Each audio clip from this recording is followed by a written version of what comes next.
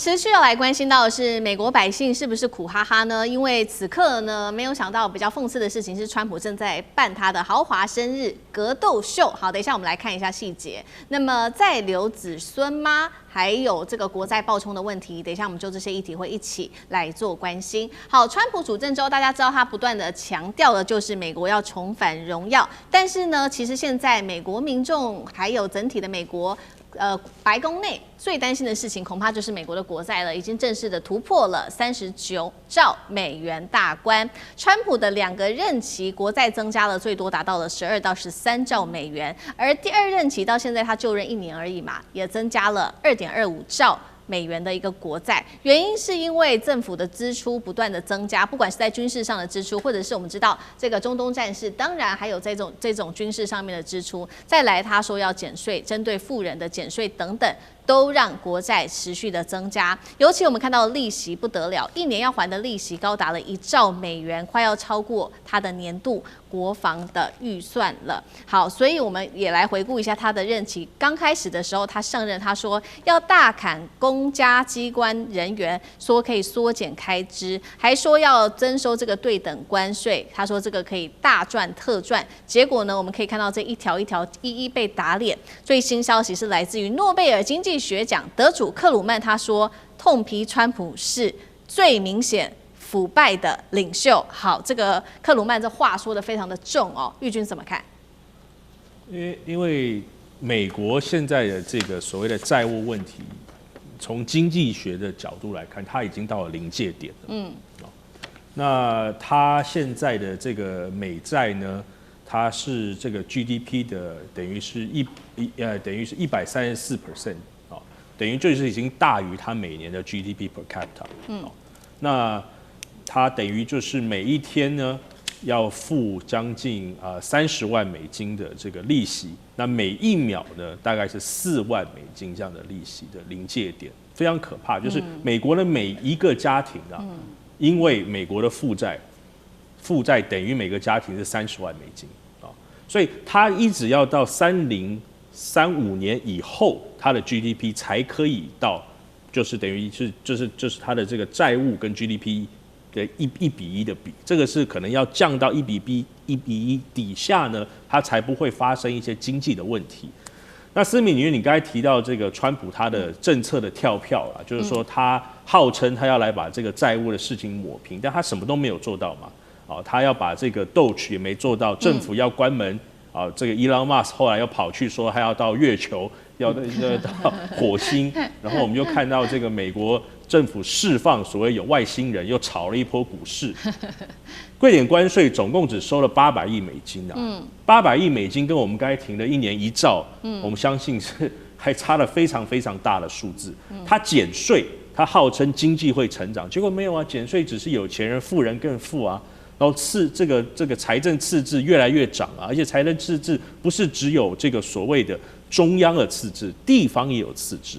对不对？那很多这个共和党的这个参议员出来讲这些话，我们看到就是川普派他自己的人下去在初选挑战这些可能对于这些财政赤字不满的这些人嘛，所以未来会发生什么事呢？就是我们看到。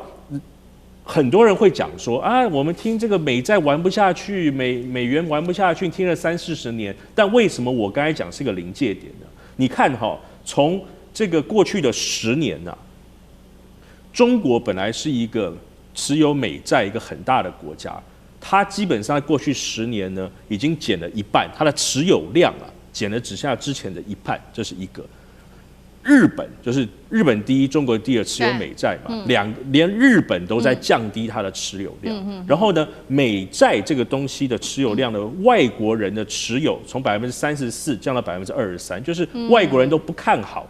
很多都是美国人自己有这个。那最重要的是说，过去美联储或者是美国政府，它一旦碰到什么问题的时候，它就用 QE 用最简单的方式理解，就是印钞票嘛。但美国现在它的通膨这么高，3点几，它真的政府敢这样子吗？最后就是美国在过去共和跟民主2个政党是可以合作坐下来谈事情的时候，他们会把美国的国债设一个上限，但现在的上限呢不存在。川普认为说这个上限对于美国的经济呢是没有影响的，所以他认为他的债是无上限的。哦，那这个是很可怕，所以未来我认为它有可能会有3个现象发生。第一个就是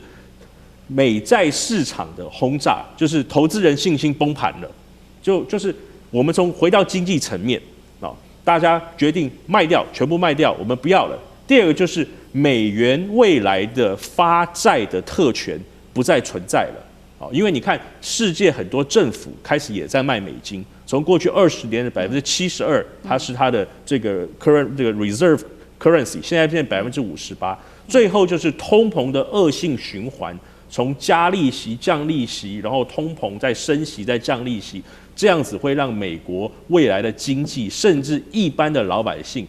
没有办法过一般人想要过的生活。好，一方面是看到各国对于美债的信任度持续的骤减当中，那另外一方面也是看到了这个美元霸权现在正在逐渐的削弱当中。目前美国国内面对到的问题包括了这个通膨啊，还有刚刚我们提到了非常多嘛，赤字啊、债务等等。但是此刻呢，川普还在建的就是白宫，他这边说呢，他要花14亿美元的金额来盖这个大型的宴会厅。那施工进度，确实是有我们来看一下这个细节哦，这是川普自己，我们看到画面他自己站出来，然后呢拿着这个白板，他就开始讲说，我们的施工的蓝图啊，未来的细节是什么？他说这个叫做城堡级的建筑，屋顶会有无人机的一个基地，然后呢地下会有6层的设施，还包括了第一夫人幕僚的这个办公区，总成本14亿美元。他还说，有4亿我会自己自掏腰包，但是10亿是由美国人民自己买单。川普说，中国有的，我们美国当然也要有。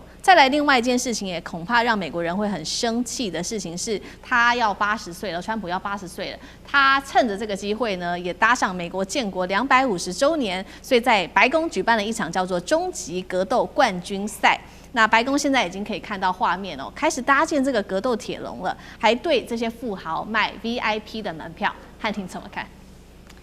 你有没有想过，这年头我们可以看到商纣王跟隋炀帝在线，很厉害。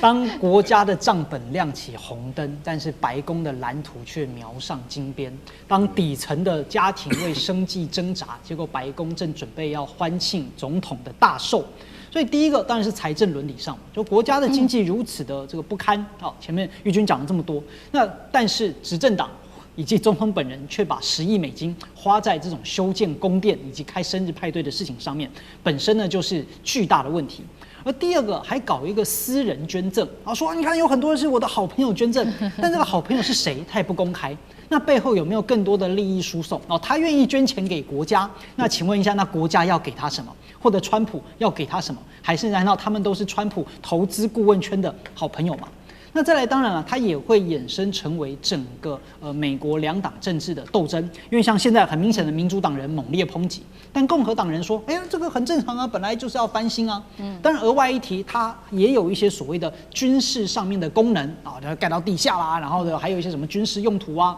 那甚至川普讲说，这也是为了安全啊，因为现在的宫殿就是太小了嘛，所以办活动都要在外面的大草坪啊，那这样很不安全，就很容易被枪击啊，所以搬到里面就比较不会被枪击啊，这是川普的这个说法。但实际上，我们翻开整个中国历史，对不对？商纣王搞露台啊，然后隋炀帝呢搞洛阳西苑。那哪一个都不是在这种当然执政者啊，或者说帝王，他都很喜欢搞这种宏图伟业的大建筑，但是同时都是国库空虚，然后民力凋敝。他觉得中国有美国也要有，这完全是对中国战略发展的误读嘛。中国大陆今天的成就又不是用宴会厅堆砌出来的，对吧？它是靠着高铁啦，然后呢靠着制造业啦，以及靠着广大老百姓的努力打拼啊什么的。所以美国今天呢，国债依然高筑啊，结果呢，你却想着要高筑自己的宴会厅，所以这种你想要盖宫殿来宣示自己的强大，那其实真的只会让人觉得外强中干。好，那干哥又怎么看？就也有人说，这个川普的精神状况最近好像出现比较多的问题，尤其是今年已经做了3次的检查，这样子。对，他做了3次的检查，他说我身体还是很好，对不对？但你绝对不能骂我智商只有73而已，好不好？因为真的网络上有恶毒的攻击说他的智商只剩下73啊，就这个老实讲一句，这个是